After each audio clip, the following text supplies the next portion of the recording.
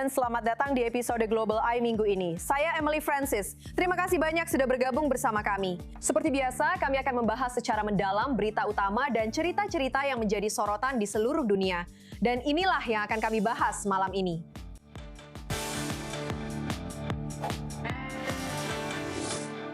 Baiklah cerita utama kita, haruskah dan bisakah olahraga tetap terpisah dari politik ataukah keduanya akan selalu saling terkait? Kami akan membahasnya bersama panel kami. Jimmy Kimmel mendapat kecaman dari pemerintahan Trump. Sekali lagi kita akan melihat apa yang dimaksud dengan hasutan dan bagaimana komedi secara khusus dilindungi di bawah Undang-Undang Kebebasan Berbicara di AS Rekas. Perlombaan luar angkasa sedang melesat ke atas. Misi Artemis NASA dengan cepat berkembang untuk melibatkan negara-negara dari seluruh dunia saat organisasi tersebut bersiap untuk pendaratan di bulan pertama dalam setengah abad terakhir.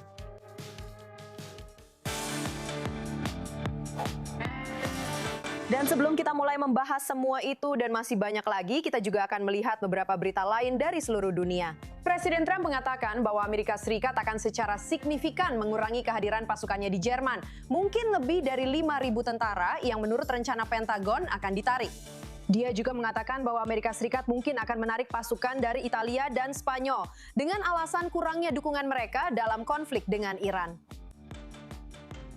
Italia sama sekali tidak membantu kami. Dan sebagai benar-benar buruk.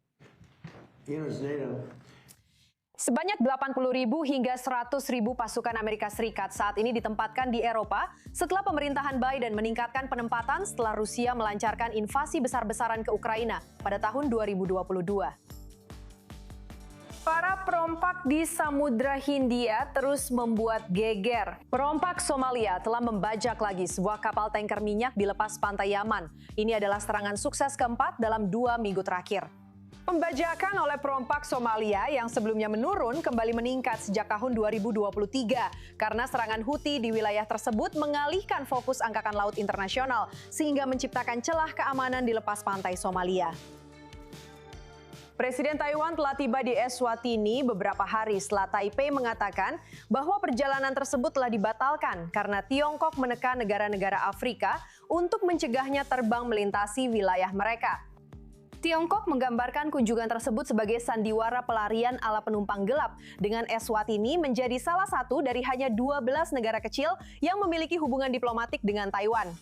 Dan meskipun Tiongkok telah menekan negara-negara untuk mengakhiri hubungan diplomatik dengan Taiwan, sang raja mengatakan bahwa kerajaan berdiri teguh mendukung Taiwan. Spirit Airlines sedang terombang-ambing di tiup angin. Maskapai berbiaya rendah asal Amerika ini akan tutup setelah gagal mendapatkan dana talangan $500 miliar, yaitu $500 juta dari pemerintahan Trump. Ini adalah pengajuan kebangkrutan kedua Spirit dalam beberapa tahun terakhir. Tetapi dengan situasi yang sedang berlangsung di Iran dan Timur Tengah, lonjakan biaya bahan bakar yang terjadi telah mendorong maskapai ini ke ambang kehancuran. Penumpang melaporkan menerima pesan tentang pembatalan ini, tetapi beberapa masih datang ke bandara, namun akhirnya pulang dengan tangan kosong.